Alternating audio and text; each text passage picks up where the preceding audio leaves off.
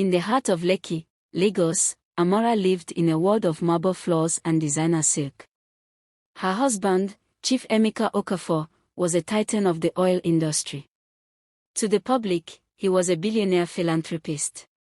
To Amora, he was the man who had whisked her away from her humble life in Enugu, promising her the world. But their mansion, while grand, was a mausoleum. For 10 years, Amora had navigated the specialist clinics of London and Dubai, desperate for a child. Every negative result felt like a death sentence. Emeka was always patient, always kind, always traveling for urgent meetings in Port Harcourt or Abuja. Amora believed her infertility was the only thing keeping them from absolute perfection. The news came on a rainy Tuesday. Emeka's private jet, flying from an unscheduled trip to the Niger Delta, went down in a freak storm near the coast. There were no survivors.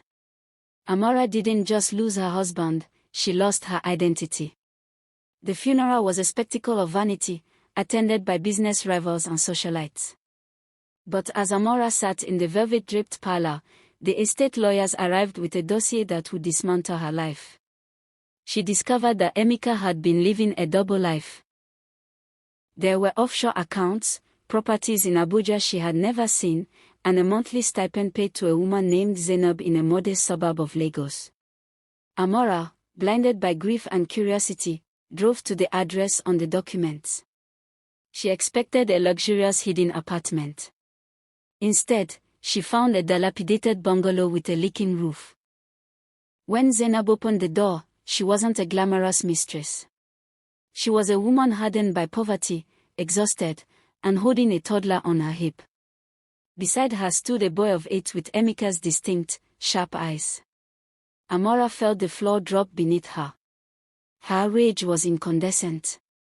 She had sacrificed her health, her youth, and her sanity for a man who had been furthering a legacy while she was left to wither in a gold-plated cage.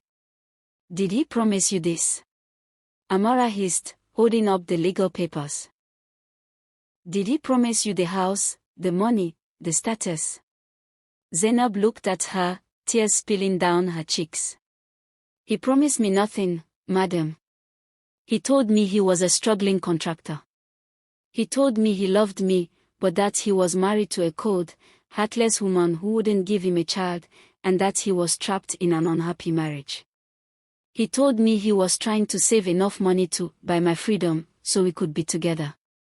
Amora laughed, a bitter, hollow sound. "He told you the exact same lie he told me. To me, he said you were a business partner's family he was supporting out of charity. He played us both." Amora left that day, intending to liquidate the estate and leave Nigeria forever. But that night, she couldn't sleep. She saw her life clearly, all that money, all that status, and not a single soul to remember her when she was gone. She began investigating the business. She discovered that Emeka had not only been cheating on her, he had been using Zainab's children's names to launder illegal kickbacks, putting the innocent kids at risk of prosecution for his financial crimes. Amora had a choice: burn it all down and watch Zainab and the children suffer the consequences of Emeka's greed, or take the throne and clean the mess. She chose the latter. Amora went to the bank, reclaimed the hidden assets, and quietly transferred the ownership of the Lagos mansion into a trust for the children. She paid for Zainab's children to attend the best boarding schools in Lagos. She didn't just send money, she became a ghost mother. She picked them up for school runs, she helped them with their Igbo homework, and she showed up to every sports day. The chief's widow was seen by Lagos society as having lost her mind. "Why is she spending time with that poor woman's brats?" the elite whispered. Amora ignored them. She finally had what she had wanted for 15 years, a family. Years passed. The scandal faded. Emeka's name became a footnote in history, a cautionary tale of greed. When Amora fell ill in her old age, she didn't have her husband's wealth to rely on, she had given most of it away to build schools and hospitals. But as she lay in her hospital bed, it wasn't the nurses who held her hand. It was Samuel, now a top-tier surgeon, and Ngozi, a rising lawyer. They didn't care about their father's legacy, they cared for the woman who had saved them from the streets and loved them when they were nothing to the world.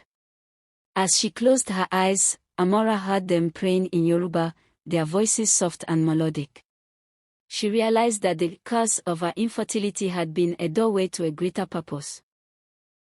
Destiny is not what is written in our blood, but what we write with our hands. Sometimes, the life you lose is the exact one you needed to be forced to find. Does this version hit the right level of juiciness for your Forgotten Diaries channel?